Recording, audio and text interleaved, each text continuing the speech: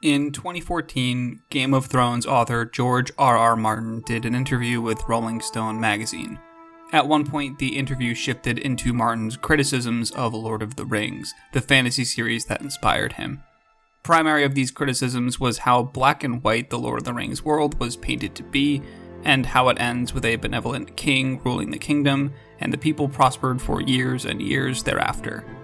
Martin goes on to say, quote, "We look at real history and it's not that simple. Tolkien can say that Aragorn became king and reigned for 100 years and he was wise and good. But Tolkien doesn't ask the question, what was Aragorn's tax policy? Did he maintain a standing army? What did he do in times of flood and famine? And what about all these orcs?" From what I gathered online, this quote is a bit controversial within some fantasy fandoms, with the general vibe that I get being that most people think Martin has ignored the forest for the trees. But regardless of whether or not you agree that fantasy should be taken in a more realistic direction like Martin wants it to be, I have to admit I think it's an interesting question. And it's this quote of what was Aragorn's tax policy that I thought about time and time again when playing 2010's Fable III, because it's a game that lets you decide that.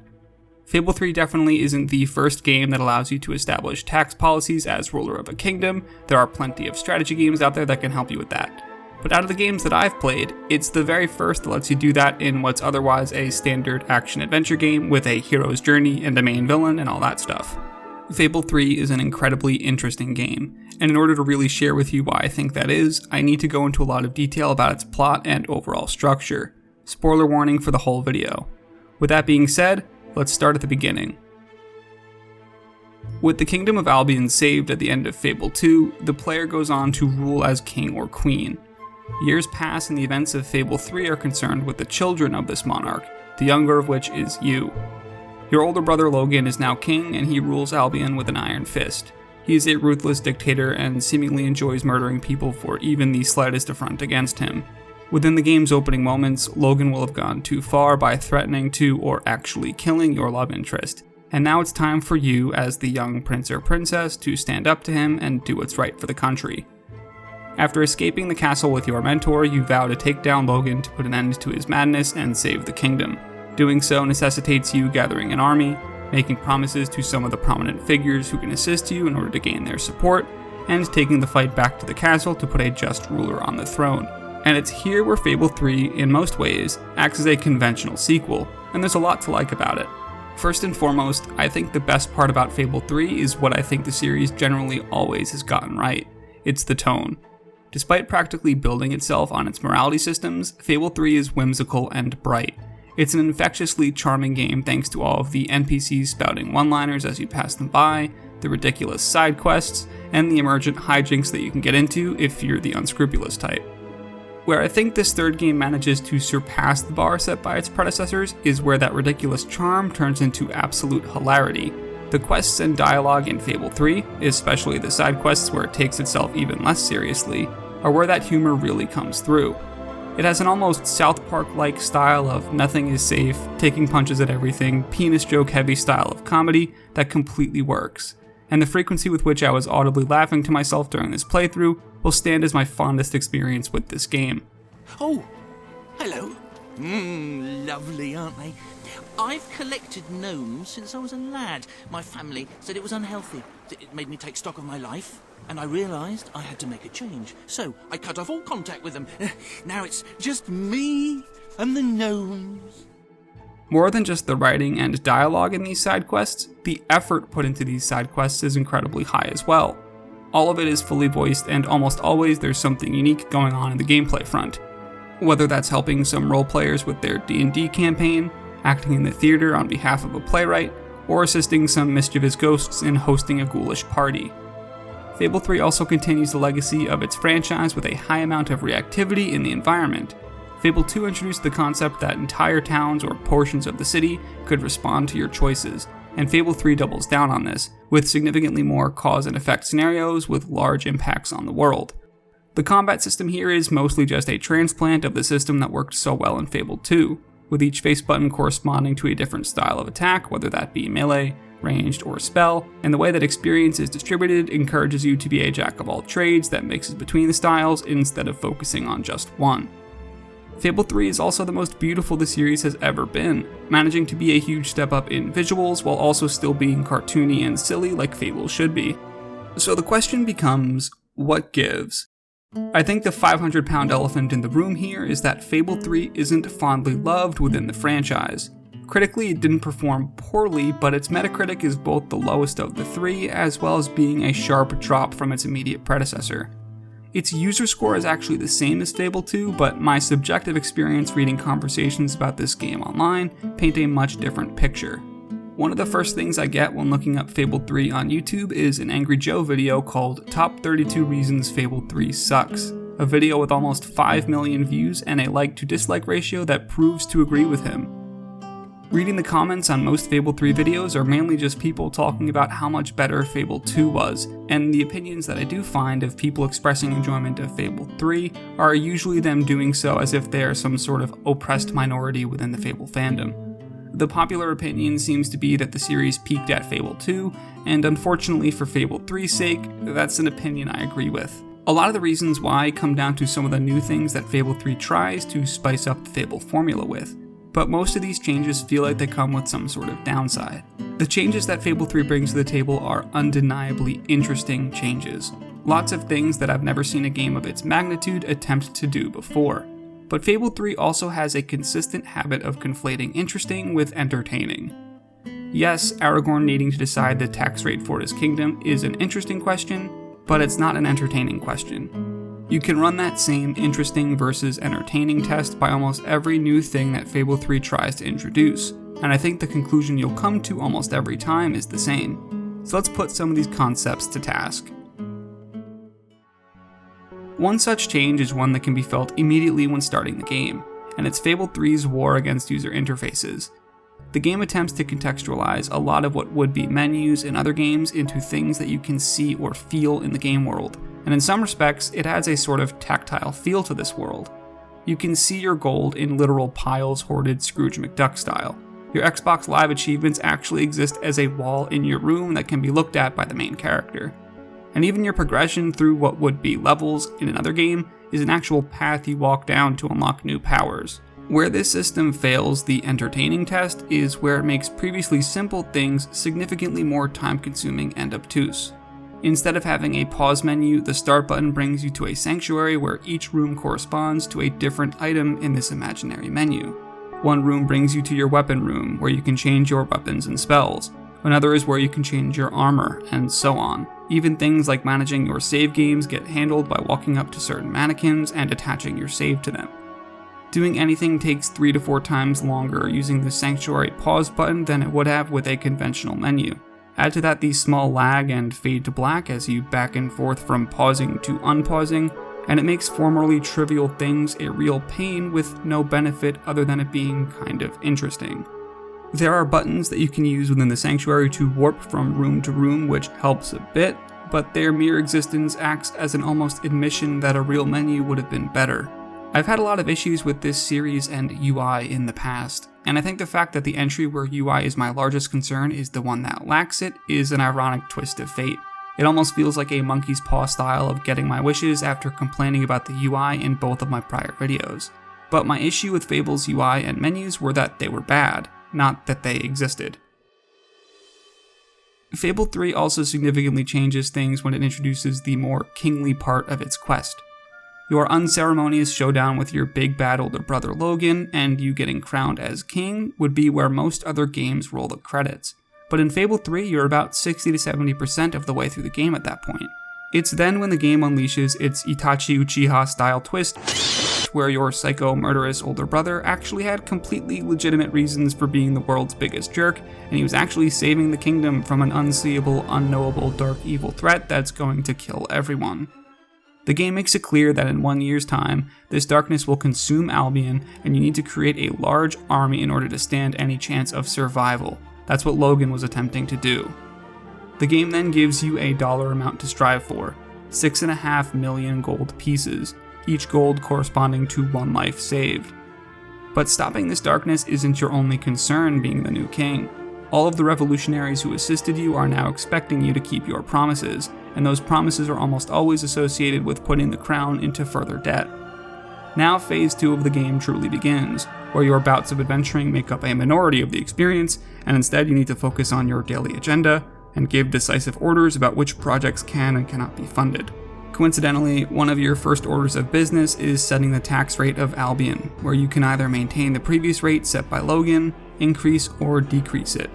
With each penny saved corresponding to an actual death toll, the angel and devil on your shoulders feel like they've sort of swapped roles. The mustache-twirling, old-money, big businessman Reaver, who would be the bad guy in literally any other piece of media ever made, comes across as sort of a pragmatic figure in this game, because his opposition to big social spending in favor of maximizing profits is actually going to save the world. As interesting and different as this leg of the game is, it suffers the same problem of not actually being fun. The actual act of sitting down and listening to the needs of the people and having your daily agenda is just kind of boring, mainly because the moral dilemmas that people surface to you are things like, should we dump all of our sewage into the river and get everyone sick, or should we build a waste processing plant? But even with the contents of the dilemma aside, the structure of this phase of the game has some serious issues. The 365 days are presented to you after your coronation for you to start accumulating wealth and getting prepared. You're given a daily agenda of needs to weigh in on, then the amount of days until disaster strikes will shrink. But how much it will go down is completely indeterminate in-game. After my first day of helping the public, the counter went down from 365 to 339, just shy of 1 month. Here I was thinking that I had a ways to go until the clock strikes 0. But then, future agendas will push that timer randomly by taking away maybe only a few days at a time, or maybe a few months. When you've reached 121 days left until the attack, finishing your daily agenda will actually put you down to 0. The randomness gives you no reliable way to budget, because how are you supposed to know if your savings are on track when time skips at random? It's clear the game wants you to play the hard-ass king and break your promises if you want to save lives, and it doesn't give any credence to trying to play it smart and compromise on some things. The alternative that Fable 3 gives you to being a ruthless dictator while still saving lives is the option to donate to the kingdom from your personal wallet.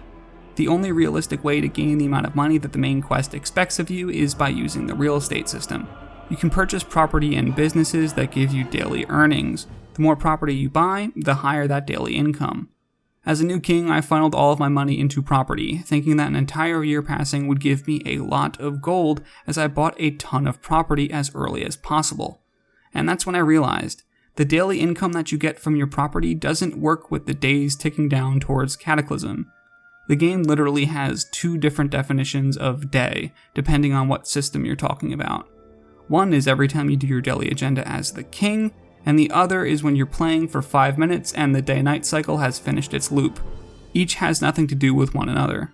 If 2 important but underbaked gameplay systems that don't speak to each other isn't a perfect microcosm of the quality versus quantity issue this series has had since Game 1, then I don't know what is. Even interpreting this generously doesn't make it look any better. At first I thought maybe the amount of income you would get would be too extreme with the amount of days passing. Wouldn't that sort of invalidate the challenge of acquiring this gold and undermine the game's core message? Maybe that argument would work, but there's one glaring problem. Since the in-game day-night cycle that gives you lots of gold doesn't impact the days till Cataclysm, the optimal way of playing the game involves buying a lot of property, then putting your controller down and going to work or walking your dog and raking in as much cash as possible. I would have loved to have seen a version of this game where that day-night cycle actually does drop the clock, essentially putting the game's second half on a time limit. I understand that this might be controversial, but at least there would be real incentive to even try to save money. A healthy bit of pressure while a kingdom and lives are at stake feels at least partially appropriate, especially considering that you can do all of your quests that you want in the post-game if you're a completionist, and your budgeting would actually matter in a system like this. Now, I didn't end up exploiting the real estate system like I mentioned above, and instead I tried to play it realistically. I put as much money towards the crown as possible while also keeping all of my promises, and I ended up only saving 1 million gold. This means out of the 6.5 million Albion lives, only 1 million of them lived by the time the darkness came. But guess what? The game lauded me as a hero. I was expecting for the people to hate me, but no. The Albion people seem to be just fine with 80% of their population being wiped out, as long as I keep funding their social programs. Between the structure of this king phase of the game being confusing and the fact that the game doesn't seem to care how many people die as long as you pick the glowing blue option instead of the glowing red options, whatever message the game was trying to tell feels like it completely falls flat. I think the change that hurt me the most of all in Fable 3 was what feels like a complete regression in its combat. On the surface, the combat is the same as Fable 2. Each face button maps to a different style of attack, and you can swap between them at a moment's notice. Well, almost a moment's notice. The attacks in this entry just feel a bit more animation-led than previously.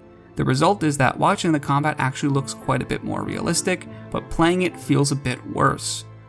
There's a much larger delay switching between weapon types than there was before, that makes the combat here feel worse.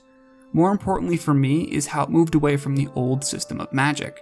Fable 2 allowed you to have multiple spells available to you at a moment's notice by making it so that the spell button would pull out a different spell depending on how long it was held, with longer durations being mapped to more powerful effects to offset how it takes more time to access them. I found this to be a brilliant and unique way of handling many spells, and Fable 3 drops it in favor of having your spells mapped to different gloves. You can wear 2 different gloves at once, which, in theory, gives you the ability to mix and match different spells. But with how similar the spells ended up being, the end result felt like picking the gloves had more to do with picking which color spell effects I wanted than any major difference in effect. Add to that the fact that mid-combat swapping is nearly impossible because of the lack of pause menu, and you end up with far less options available to you at any given time.